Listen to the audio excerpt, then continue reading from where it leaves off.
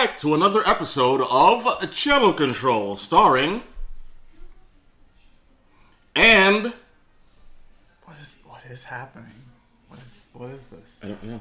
Is there like a voiceover guy that like says our names? Yeah, but I couldn't pay him enough, Oh. so I have to do the voiceover on the screen.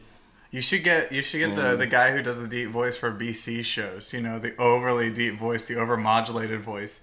That is totally not BC. It is not Not BC at all. You're listening to what it is. What did I Yourself in the way he talks is like, wait, what? Every time he's like, the current ETCW World Heavyweight Champion. B to the T. every time, and I'm just like, what is happening on this show? Why is this so wrong? And then BC just comes out, he's just like, yo, what's up, bro? What's up? It is what it is with the jackass. I'm not on channel control, except I am. I'm gonna do this on this show. Yeah, so it's one of my favorite parts of that show is the overly deep modulated voice. He should just have Caleb do it. He should. Say, Caleb does a great job. Read the script. Yeah. And just do that, and whatever. Caleb should do it. Caleb has a great movie voice.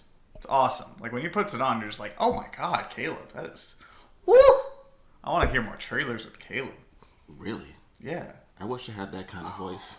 I've got a great idea for content that I have to share with him later. All right. Anyway, Moving right along. What are we doing today? So we've been gone for a while, Have we? as usual. Oh, we were here for Gifted. We were here for Gifted Talkers, and so I felt like recently we were here doing a show. Yeah. It's not Channel Control, it's Gifted Talkers. We're here. We're back. What did you do for the holidays?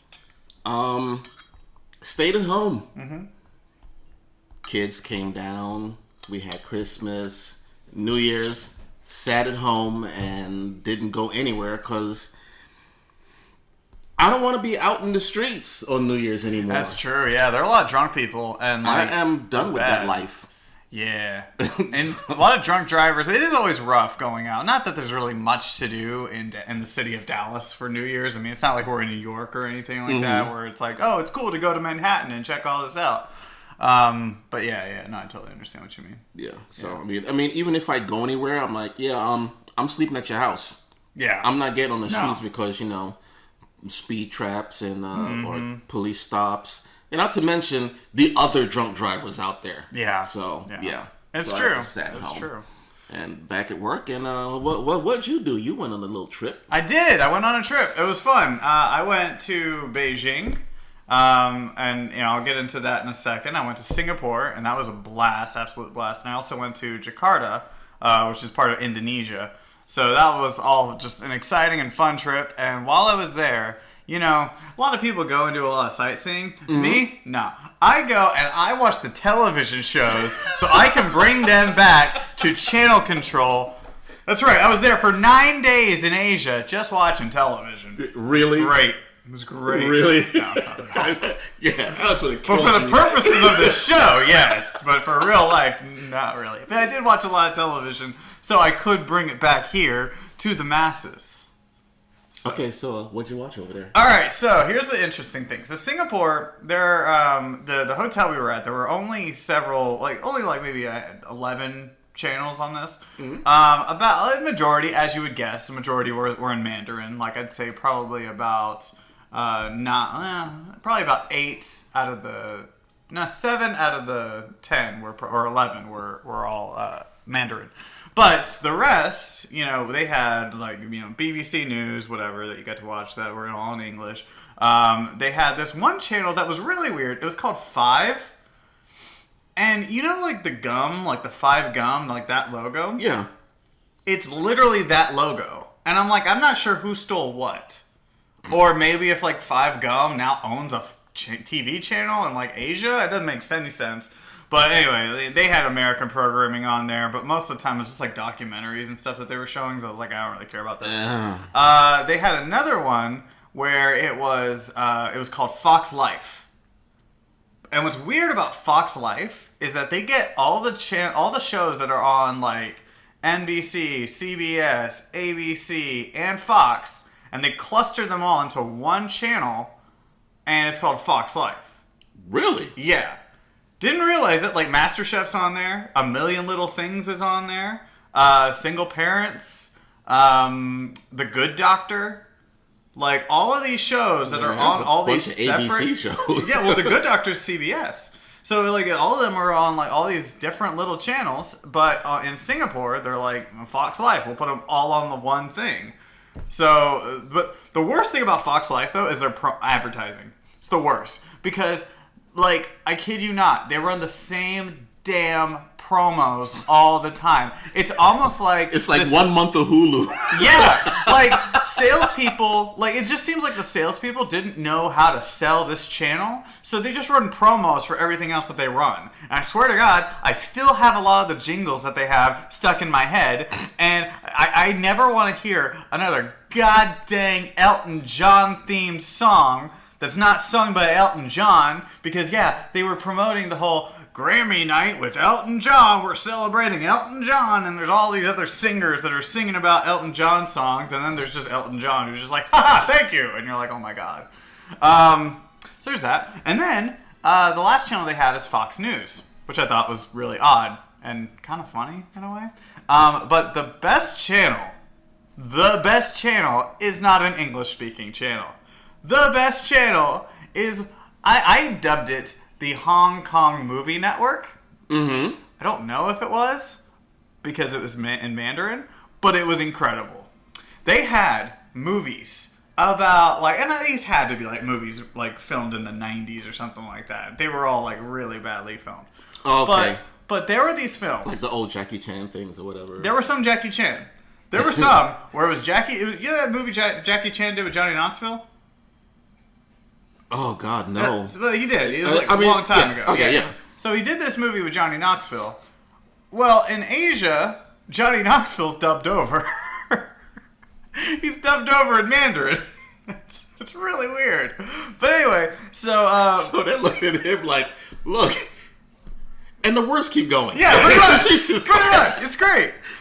Stupid American. But this channel was incredible. Like, they had this guy who... They had this one movie about a chef who became, like, a food critic, who became, like, this, down on his luck food expert guy because... Some fat guy, like, outtook him for, like, celebrity chef in Hong Kong. And then, like, he became, like, some, like, martial arts guru master who had to go... I kid you not. This is all one movie. Who, like, then, like, he has to, like, go into, like, a cook-off. Well, like, the people who want the fat guy to actually, like, win the whole thing and still keep this other guy down... You know, they cheat and, you know, they call the other guy the winner. Well, then I cannot make this stuff up. Like, the gods of food came down from the heavens and electrified and melted. God. Yes! Electrified and, like melted this guy's head off. And then it came back and it was like, oh, wait, no, nobody's actually dead, but the gods scared the hell out of him that they actually called the other guy, like, you know, the winner. That was all one movie. It was a roller coaster of an event. It was amazing. But yeah, so there was that.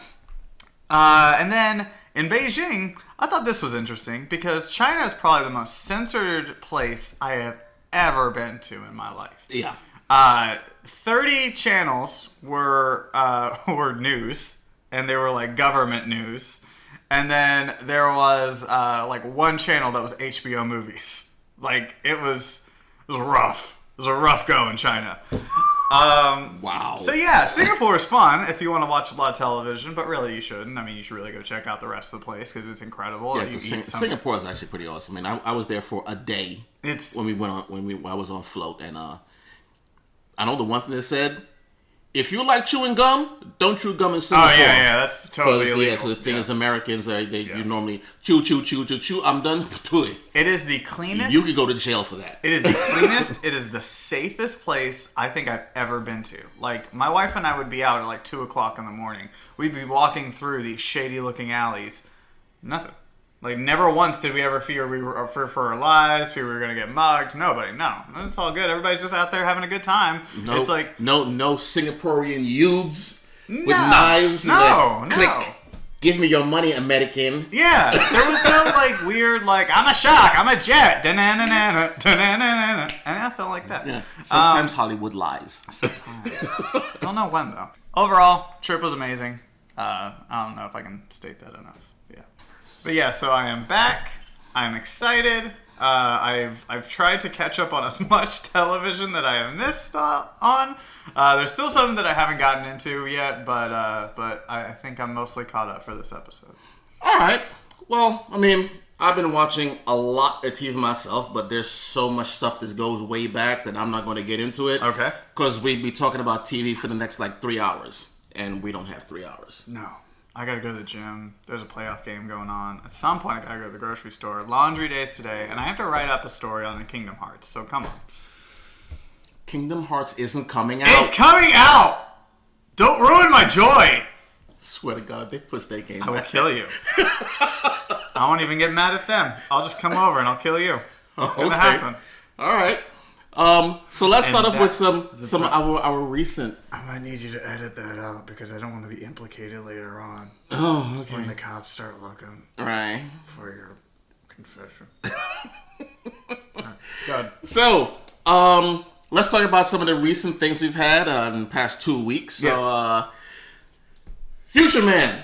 Yeah, Season 2 just kind of snuck out there. it did. I mean, they had a trailer, I guess, a couple of weeks before, maybe, or maybe Yeah. I think it might have been a month before. But yeah, this was I didn't expect it, and I think maybe because maybe Hulu knew that it wasn't nearly as good as the first season, that maybe they just kind of snuck it out there a little bit. And what I thought was funny was that most of the trailers for it were Seth Rogen, right? Yeah. Yeah, and it was Seth Rogen's like, my name is Susan. And you're like, oh, this is going to be funny. This is going to be a great thing.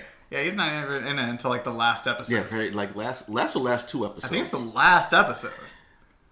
Yeah, I mean, okay, this whole season, I mean, it started off, the first episode, you got Josh being captured or whatever, and the biotechs now, or... Yes. Not biotics, they were biotics, biotechs. the biotechs, yeah. They have him captured, and they're questioning him, and blah, blah, so on and so on. Wolf is somewhere else, and... What's the girl? Well, Wolf and Tiger. They go back to the future. And he's hurt, obviously, and she's trying to help him and ends up taking him to, I guess, the above ground, the new above ground, the NAG. Yeah. And because she's a biotic now, they want her to, like, prove herself. And she's like, yeah, I'm not going to prove myself by eating the mushroom that's going to make me shit my pants. So she leaves him at the NAG, and then he is now... Not Wolf, he is now Torque, because he's assuming the life of the other Wolf. Yeah, because all the people in this reality, their names are named after some type of machinery, not animals. Yeah, so yeah. That's why, yeah. As far as all the episodes, it was okay. Yeah. It was entertaining yeah, enough. it was, yeah, I mean, I sat there, I watched it that whole day. I just went Yeah. through the whole thing, It's easy that weekend. It's 30-minute long episodes, so it's easy to binge. But...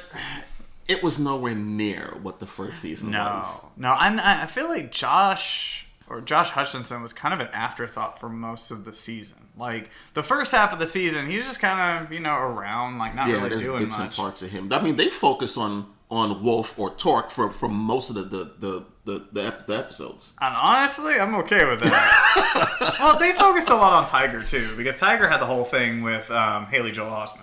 Yeah. And I thought Haley Joel Osment was great in this season too.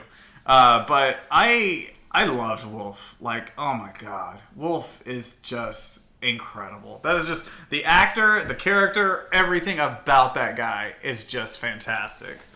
Even whenever they showed like Torque later, and he's acting like differently than Wolf does, or he's just he's a lot more serious and yeah, he's just a hacker. So. Yeah. The one thing I liked was that you had Tiger. Yeah.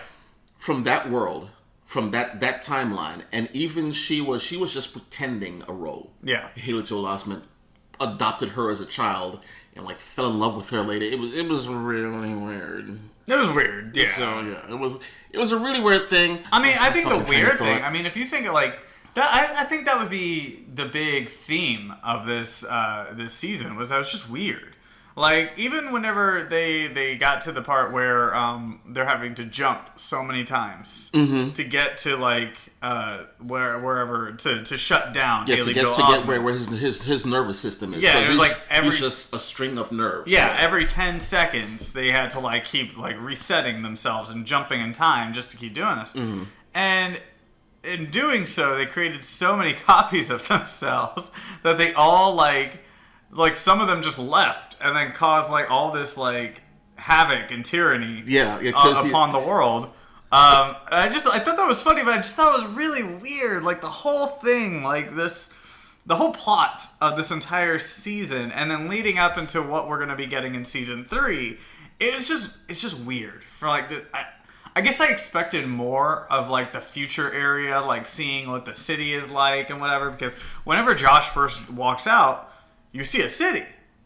And so I assumed we were going into that city. But no, we were just staying outside of everything and each dealing with their own, like, little thing. It has me intrigued for this next season, but I feel like if they don't pick it up, that's going to be the last season. It's going to be it. I mean, yeah, like I said, it was good. I'm with you on everything you said about the season and the shows, but yeah, they got to pick it up next season. Moving along, let's go into Star Trek Discovery. Yes, to boldly go where no man has gone before. And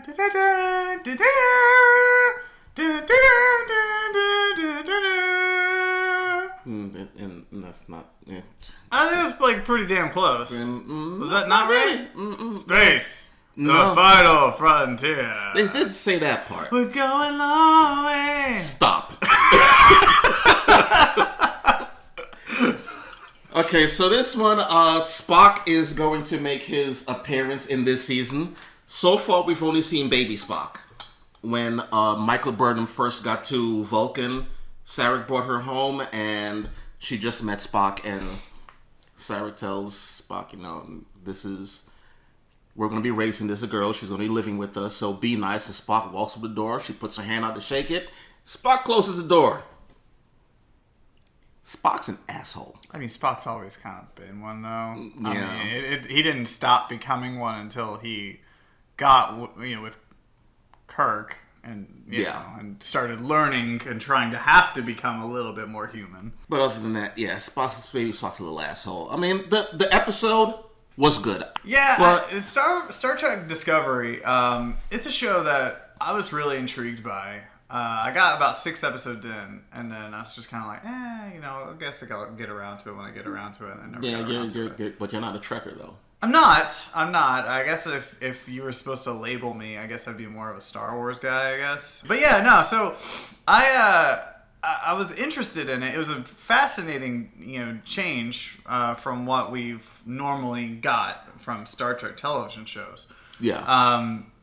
I'm curious to see what's going to happen in this season with Spock, because if I'm not mistaken, most, like, Trekkies, I guess if we're going to call y'all that, most Trekkies, it's like there are certain characters that are just kind of like big no-nos if someone else, like, is them. And in my assumption, anybody that's not Leonard Nimoy really shouldn't be Spock. And I know we already had Zachary Quinto. Yeah, Zachary Quinto be it in the movies. Did a fine job. Who did a fine job. I'm going to be curious about what most people think about with this Spock. How is he going to be? Is he going to, I guess, do the character justice, but at the same time, like, stay within the role that's in this storyline? Like, not breach timelines in ways. Yeah, I mean, you haven't really seen that. Other than Baby Spock, you really haven't seen anything with him, because the Enterprise shows up at the end of the first season. And this season, Admiral Pike, who was in the very first episode of Star Trek ever. Yeah. Like the original series. And if I'm not mistaken, Admiral Pike is the mentor of Kirk, right? Yeah. Mm-hmm. Well, in the new Kelvin universe movies or whatever. Oh, okay. He is his mentor. In the original series, he was the captain of the Enterprise, and something happened, and he got captured by, I can't remember the name of the aliens, but he ended up in that big freaking iron lung chair or whatever. Oh, so interesting. Yeah. Okay. That sucks. But in this one, the Enterprise comes up and he says, "Well, you guys have no captain now, so I'm going to be acting captain until we blah blah blah. And we figure out what the hell to do with you." You know what I like about this show too is the fact that they haven't just outright given it to is it Sonequa Green Martin? Is that right? Is that her, the actress's name? Sonequa Green, yeah. Okay, yeah, Sonequa Green Martin. They haven't outright just given her the comm. Well, they really can't because she was a traitor. Right. And Yeah. like I think going into it though, you would have assumed that she was going to be the captain.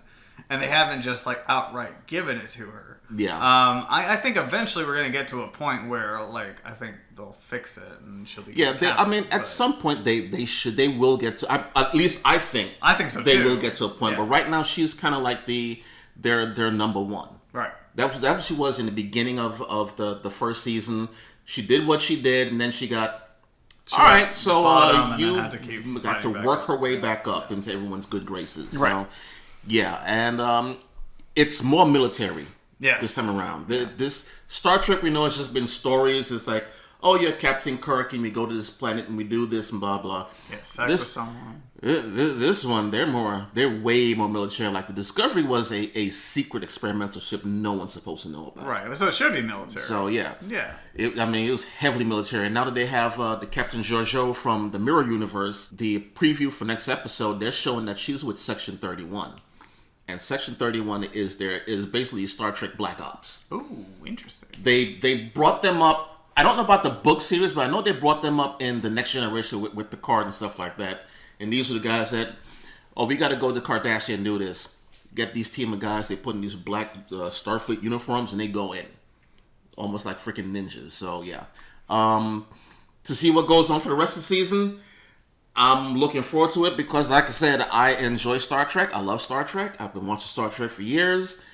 I do like Star Wars, but I like Star Trek just a little bit more. That's fun. So, yeah. And see, look, we can have this nice and cordial conversation where, you know, between a Star Wars fan and a Trekkie. So, you know, it's good. People should be able to do that more. We should. Yeah. Without building walls. Oh. Punisher! I didn't realize that was what it was for. Who are we trying to keep out then? We need to go to Mexico? The Buck Rogers fans. You can go.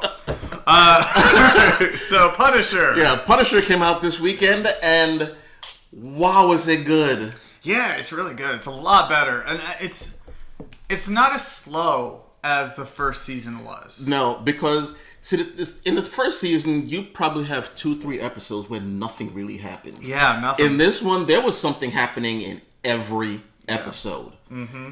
Even if you just had to have a firefight for 3 minutes, you had a firefight for 3 minutes just thrown in. Yeah. And it made sense why it was there. Yeah. So, this whole cult of people that were chasing down this girl because she had photographs of this senator or his son or whatever. Yeah. He's homosexual. Homosexual, yeah. And they didn't want those photographs getting out. Now, you asked me earlier, who was that preacher? Yeah. And he's a guy from the Punisher Max series, a guy called a Mennonite. And the story was pretty much exactly the same as that one in the TV series where he had a sick wife and he had to leave. Someone hired him to go find the Punisher and kill him because he was a pretty bad dude in his younger days. He found God. Actually, in the comics, he was Amish. Oh, okay. Yeah. Yeah, you can see a bit of the Amish thing in there. And in the comics, he would use tools of his religious faith. So he wouldn't use anything mechanical. Right. He'd use, his hands, swords, things like that. And that's not the case. Yeah, and not the case in this one. Of course, in the comic book, he did eventually pick up a gun and use it, but that brought about his death in the comics. Yeah. Yeah, so this character, John Pilgrim, based in Mennonite, there are a few differences at the end of it, but basically, same character. Then you have the stuff with Jigsaw. Jigsaw, I was not too crazy about. I'm not crazy about the fact that the scars are not bigger and more more apparent. That was my thing with it. I mean, Jigsaw, he's freaking deformed, man. Yeah, and you look at what they did at the end of season 1, you could have done it. Like, you could have made him, like, super deformed just because, I mean, he basically rubbed his face on a mirror. Yeah, but that's like little cuts and stuff like that. I mean, the way the Punisher did in the comics, he threw him into a freaking glass grinder or some shit that. So yeah, his face was torn to pieces. Yeah. And they pretty much just had to sew huge chunks of... I mean, he looks like Frankenstein. Yeah. Kind of just shit everywhere. And in this one, it's like, you know, he can still pick up chicks. He's still good. He definitely could. I mean, chicks dig scars, so... So,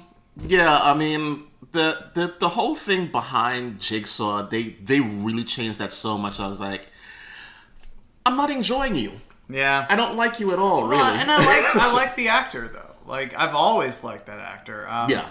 And so to have him, I guess play a character that I'm just kind of, like, not too crazy about. Like, the show picked up more when you had the Mennonite versus whenever you had Jigsaw on the screen. I would say too that another reason why I think this season was more of a success than the previous season was because you had that girl partnered up with Frank the whole time, and that girl is like, she's a much better sidekick than that weird hacker dude. Than Microchip was. Yeah, Microchip was kind of like, oh, save my little girl, I'm here. Yeah, and he was always crying, you know? And then they were just, like, there were episodes, like you said, where they're just in that bunker the whole time, and you're just like, what is going on? Versus, like, in this season, they're always out doing something, or she's always out doing something, and I like how she's able to open Frank up in a way, because Frank can see her as a bit like her daughter, like his daughter. So there's a better dynamic between those two, and every episode just is really enthralling with that aspect. I think even Jigsaw is, fascinating to a point, because you wonder, is he faking it? Is he not faking it? Is Madani right? Is he not? Or is she not? And you don't know, like, when is he going to snap? What's he going to do? What's going on? I think that's the fascinating part about him. The fascinating part about, the Mennonite is like, okay, how is this dude going to kill this person? when is he going to come out? Because he's just so interesting, because he's a godly man, but it just seems like he has no soul. Yeah. Well, he's just like the perfect, villain for Frank. Just because Frank is a one-man army. The Mennonite, in a certain way, is also kind of a one-man army. Yeah, there are quite a few things he did in the episode where, like, the Russians at the gym. Yeah. Where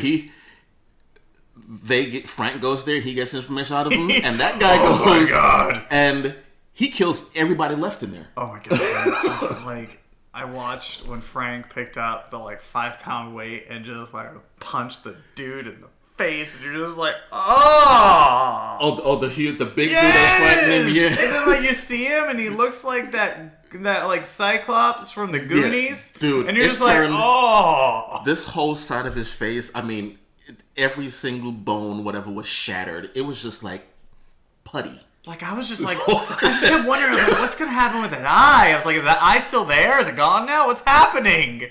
Like, I just kept wondering, why isn't that Russian dude just, letting go? Just go of Frank. Just be like, I'm done. I still got an eye, though. But, yeah. That was sick. That really was. Yes, and when he went to rescue the girl when she went to the bathroom to try to get away, and he saw these people walking in, he went in there. This was in the first episode. Yeah, the very first episode. I mean, you're thinking, oh, he's just going to go in there and knock these people out or whatever, or maybe the guy's going to get killed. No, you see him. He's fighting this woman, grabs her knife, turns around, and wham, right through her chest. And I'm like, oh, you can't do that. I was like, it's 2019. It's 2019. You need to calm down, Frank. No, I think that moment, though, what got me was whenever Frank was fighting that one girl, the one that ended up surviving and leaving. The fight initially starts, she decks her, he decks her in the face. I was like, oh, no, you can't do that, Frank. You're suspended. You can't play football anymore, Frank. Gillette is going to have a serious talk with you. Girl, you ain't kidding. Oh my God.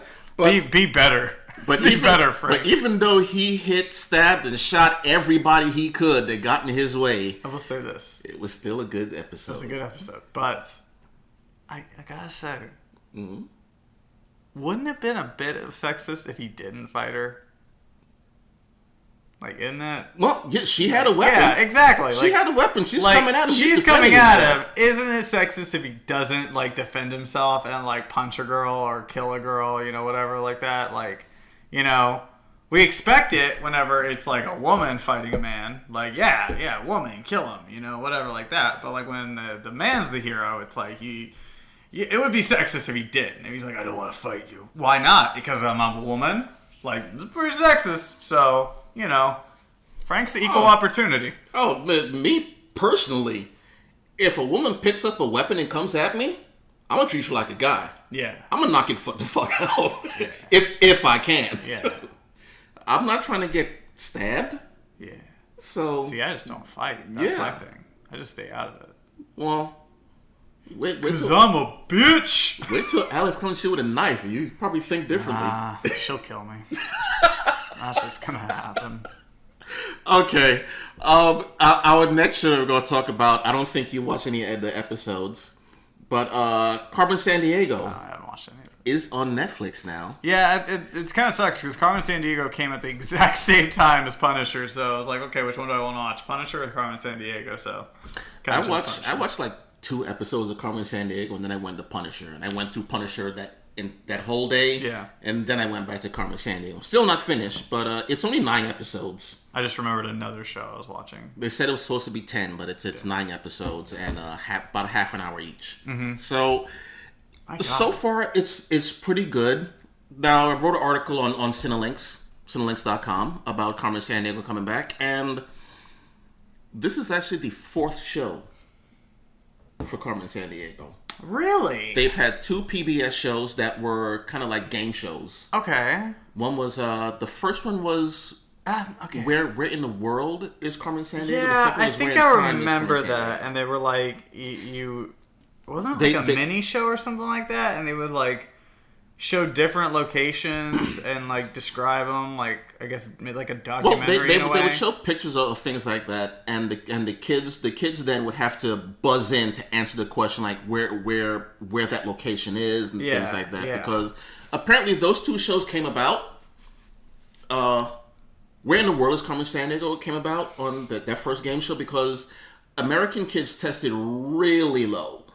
Like 1 in 4 didn't know where the Atlantic Ocean is or where Russia was. Honestly, though, I mean, like I think that's just a thing in today's modern education in the educational system because this was a ways back there, but I mean 1 in 4 that's a lot. That's true. That is true. And I think obviously it's improved nowadays, but there's still like in today's modern educational system, geography's still a problem because I mean I'm not great. I mean I know where Russia is. I could point out on the map, but if you were to ask me every capital of the U.S. or whatever, I'm like I could probably do about 45. There's probably about like 6 that I'm like I don't know or whatever, 5 I should say. But anyway, so. Like, even my wife, who's a first grade teacher, they look at their textbooks, and, like, the textbooks are wrong sometimes. Because they were saying, like, how many main oceans are there? And there are 5 main oceans, and most people don't realize that. Because there is the Atlantic, there's the Pacific, there's the Indian, there is the Arctic, and then there's the Southern Ocean. And the Southern Ocean is what most people don't realize is actually... What's the Southern Ocean? It's like right over on the Southern Hemisphere, like right closer to like Antarctica. Oh, okay. Yeah. So like the surrounding area around that is more like the Southern Ocean, where everything else, go up. Arctic is up north, whatever. So, it's fascinating that a lot of people don't know that. I mean, heck, like, most people couldn't even point out where Switzerland's on a map, and it's like in the center of Europe. So, it's a thing, it's very unfortunate. When I told people I was going to Singapore, they were like, where the hell's Singapore? And it's like, it's South Asia, it's like southeast. You know, okay, now I'm going to go to Indonesia. Is that by the Philippines? Well, I'm closer to, like, Malaysia. Where's Malaysia? Again, Southeast Asia. You know, like, most people don't realize that, you know? So it's sad that most people don't know more about the geography of the world. For me, like, world history and world geography was always just a big fascination for me. Like, I thought world history was way more fascinating than American history growing up because I thought American history was just boring. Really? Okay. Yeah. And it could be because, you know, my Greek roots, growing up in Europe and checking out, you know, all that, being exposed to the history. It's like when you've been out of the U.S. or you've been out of your comfort zone and you can experience the whole world out there in front of you, you're like, oh, okay, this is an interesting world. Yeah. I think everybody should experience that once in, you know, one time at least in their life. Funny enough, BC's currently experiencing that, and it's hilarious how much he does not want to leave the U.S. anymore. Oh my God! I was told him last night. He was like, "I hated this, I hated that." I just said, "LOL." Yeah, don't ever leave the U.S. again. It's not for him. The rest of the world is not for you. Just stay in America. No, I think the most international he needs to ever go is Hawaii. Like, outside of that, I think he's good. Yeah, that's about it. Yeah. Yeah.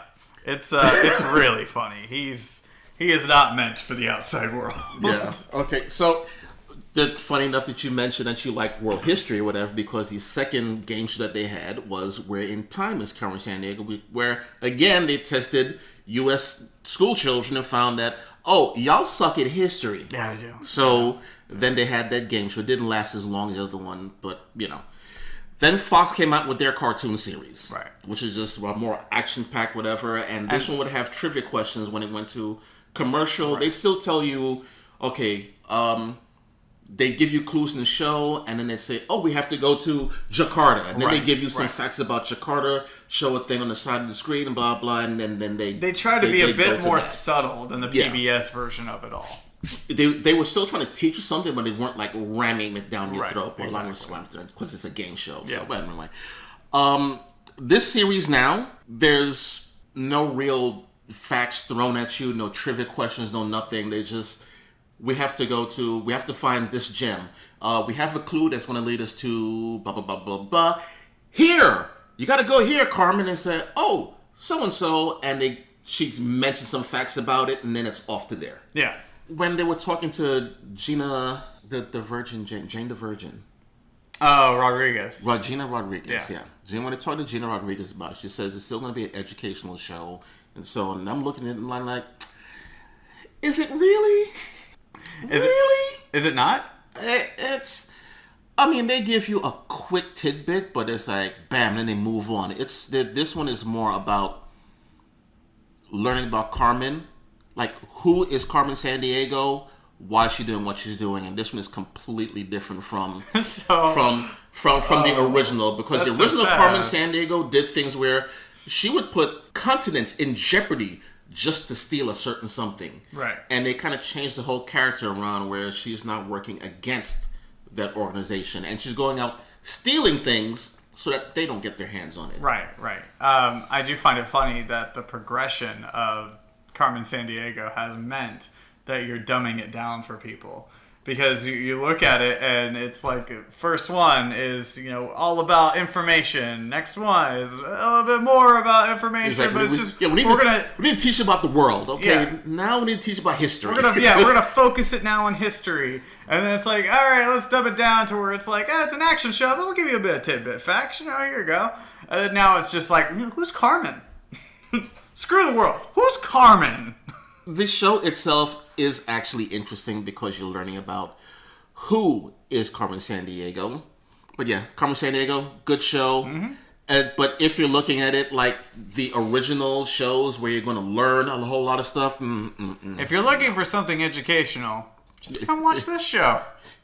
If you want I'm a world traveler. If you want some educational, read a book. It's true. Yeah.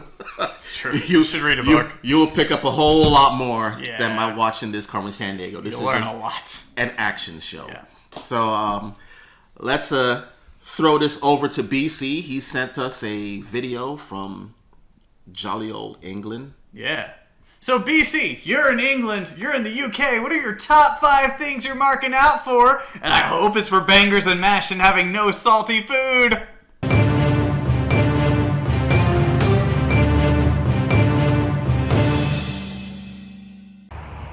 Matt, what's going on?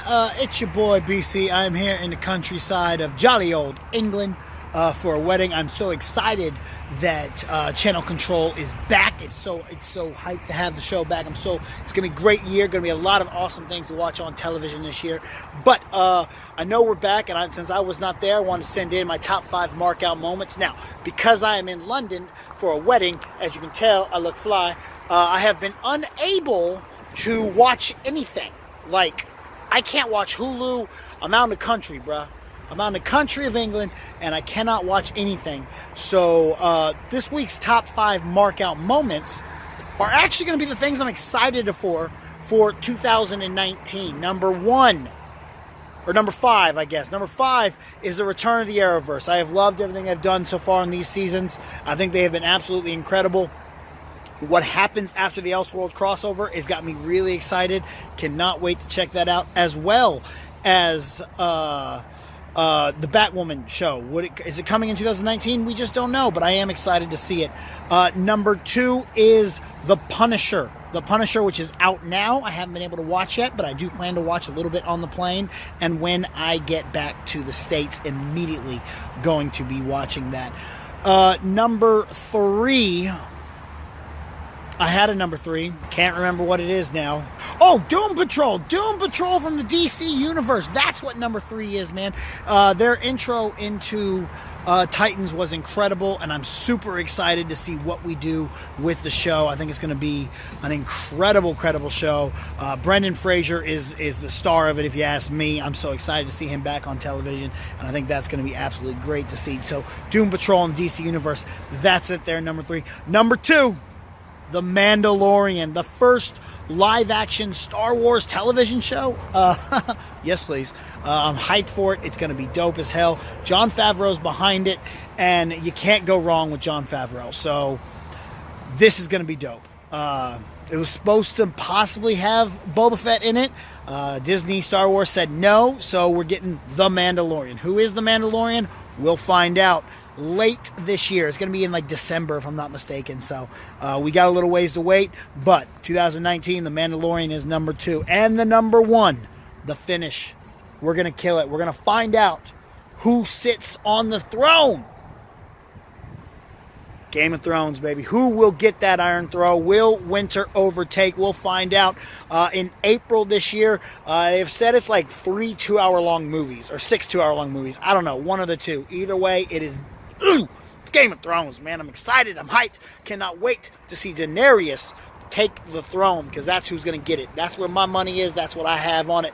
Jon Snow will sacrifice himself. There's no returning, and Daenerys will take the throne because she's the rightful leader. Anyway, guys, hey, enjoy Channel Control. Hope you guys are having fun. I cannot wait to get back home. I miss America. Believe you me. London's been fun. England's been fun, but I've got to get back home. Anyway, guys, follow me on all social media at RealJackassBC, RealJackassBC. All right, so let's move on to channel surfing. Yeah.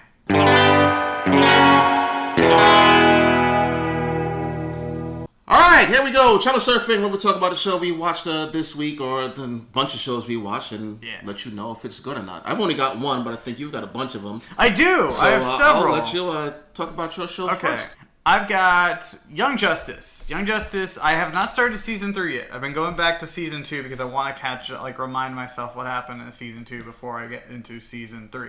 But I just watched the last 2 episodes of season 2. Yeah, did you? I was like, at 26th episode, calm down. I like them. I think they're really good. And I only watched season 2 like one time. I watched season 1 like 4 times. So okay. I kind of had season 1 already figured out. But season 3 is out on DC Universe, and they're releasing 3 episodes a week.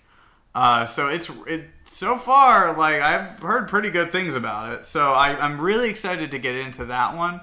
But man, just going back and watching season 2, it's so damn good. Such a great show. Yeah, man, I watched it years ago when it was on Netflix, and when it came off, I was like, oh, okay. Well, I mean, I liked it, but do I really remember all those episodes from way back when? Not really. Exactly, and so that's why I've decided to watch them all again. Yeah. So Young Justice, that's one I was watching recently. That one was kind of a one-off. But let's talk about new shows that are out right now. And one show that we're going to talk about that's not necessarily new, but it's on a new network is Brooklyn Nine-Nine.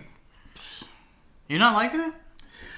I've only just started going back and watching the old episodes. I still don't like Andy Samberg, but everyone else in the show, love them. Yeah, the ensemble is where it's they're at. awesome, and I love Chelsea Peretti. Oh, she's great. She's great. Her character's wonderful. So yeah, I've enjoyed it on NBC so far. They're creating more continuous episodes with I guess more of a continuation of what happened in the last episode going on. Right now, you've got they actually have an ongoing story. They have an ongoing story. That's the right words. Whereas where Holt is not happy with the person who is the new commissioner, so he is trying to do whatever possible to like get him out. Well, the problem is that commissioner is now making life hell for the Brooklyn Nine-Nine, where they've like cut off portions of the police department. So now everybody's overcrowding the Nine-Nine, where you have NYPD officers with the detectives, and they're all just like cooped up together. Well, in this last episode that they had, though, I loved it because they gave you an inside story into what happened between Scully and what's his name? It starts with an H. I can't remember right now. But anyway, the two bumbling idiot detectives that everybody's just like, man, these guys are horrible. How did they ever become cops? Mm-hmm. Well, they show like in the 70s. You know the guy who played Hawk? Hawk in Titans? Yeah. Yeah. So he is playing one of them. And they have another pretty boy, like, badass, that, they're in the 70s. They have awesome lines. They're kicking people's ass. They're, like, taking people down. And, like, meanwhile, the rest of the Nine-Nine's like, how the hell did this happen? What happened to these two guys? And then you find out at the end, like, they were really genuine good guys. And what screwed them up was they ate one chicken wing. And that sauce, like, screwed them up because they were like, oh, the sauce is so good. And, like, my favorite part is they walk into the bar, the wing bar. They walk to the wing bar and they're like, hey, we're about to head out to the gym for the second time today. But we wanted to come over and make sure you're good. And she was like, oh, yeah, I'm good. No problem. Here, before you go, have a bucket of wings on me. And it's like, one wing won't hurt. Ate one wing, like,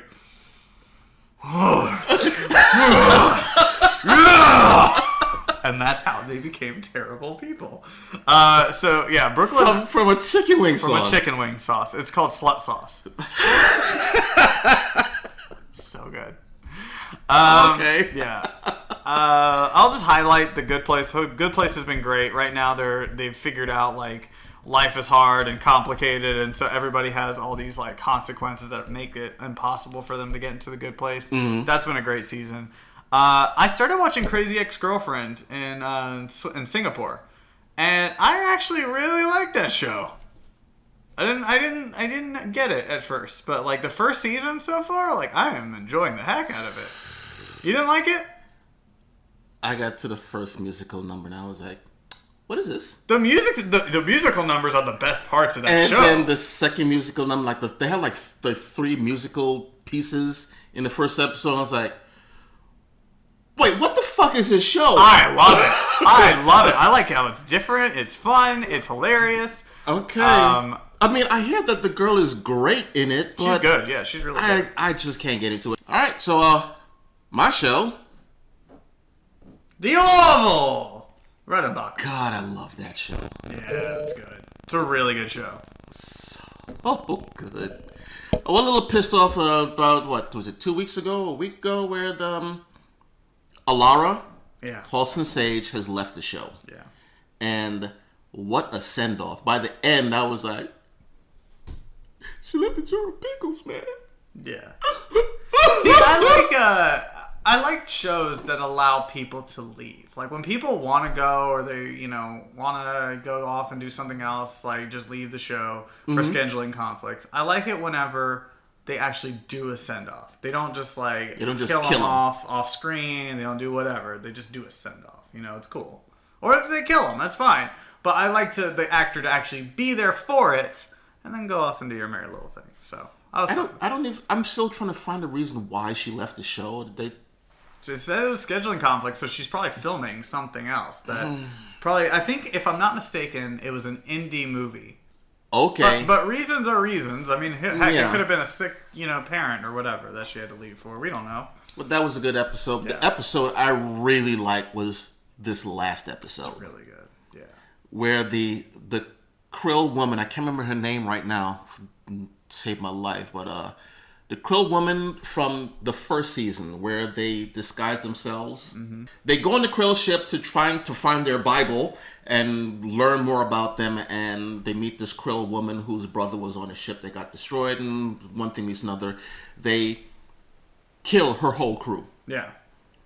And now she's back again. She came back in the very first episode, and they started a relationship, and now she had went through this whole process to change herself, to make herself look human, and they blah blah blah. They end up on a Krill ship, and she's like, "Yeah, I hate you. I'm going to kill you." Now I'm like sitting like, "Oh, oh!" This episode was deep, just like the first episode that she was in, where it was like, "Look, you guys are holy warriors, and you have this ideal, and everyone's weak, but I can't allow you to kill my people, but I don't want to kill the kids." Yeah. And this one is just two people, and they're stuck on a planet together. She wants him dead, but he is the one that can keep her alive. Mm-hmm. And just working together as a team, even though he's like, "Give me the gun." Yeah. They're going to kill us if you don't give me that gun. And she's like, "Fine, here." They eventually get out of there, and I just can't say enough good things about this series. I'm sitting there watching this episode, and I'm like, I'll be so sad when this gets canceled. I don't know if it's gonna get canceled. I mean, I expected it to go on for a while. Yeah. But I mean, if we get to like 7 years from now, and it's like, okay, well the Orville's ending, I'm like, no, why? It's really good. It is really good. I like the whole cast. I thought this episode was great because I assumed in a way that woman that he was with was going to be some sort of double agent. I didn't know in what capacity. I surely did not expect it to be the woman from the past. Yeah, I had no idea what she was supposed to be. Yeah. She was going to be anything other than just another romantic interest for him. Exactly. Well, I just... Shows like this, I just assume that Mercer is going to end up ultimately getting back with his ex-wife. Because it always just kind of seems like that's the direction that they're headed. And they just introduced this one woman, and they've like just immediately sprouted up this relationship out of nowhere. Mm-hmm. And now it's like, let's go on a vacation. And I was like, ooh, just the two of y'all? I don't know. And then as soon as I saw the Krill ships, I was like, yeah, that's a double agent right there. Did not know it was going to be the other woman. I didn't start thinking double agent thing until they were torturing her. Yeah. And I was like, oh, she's working with them. Then come to find out, she actually is a Krill. Yeah. Like, I loved how, I really loved how they had dummy codes. Like, I don't know, it's a small little, like, script thing. But when he wants the command codes or whatever, mm-hmm. and Seth MacFarlane gives him codes, and then she asks later, were those the actual codes? And he said, no, they were dummy codes. They would have given you all this data, and you wouldn't have been able to figure out that this was, like, they were dummies until the end, like until like a week later. Like I was like, ooh, mm-hmm. That's fascinating. All right, that's all. All right, well, thanks for watching this show. That's right. We're glad to be here for you. I'm gonna talk like the guy from the Orville does. Yeah, it's so great that we were able to be on this show with you today. I'm really thrilled, man. That's awesome. So pumped. Pound it. That was in the line to read it. Should not have read it. That was just an action line. All right, guys. I have been Matt, Quad C. You can find me on all social media at Move the Joystick. Don't forget to check out Cinelinks.com. Coming out very soon. We got Kingdom Hearts 3 coming out, and I will be doing streams. I will be having a review. It is going to be exciting and fantastic. Next month is Anthem, so I'll be doing more of that stuff too. So keep an eye out for all of that goodness. And where can people find you? You can find me on Channel Control on Twitter, Channel Control TV on Instagram and YouTube.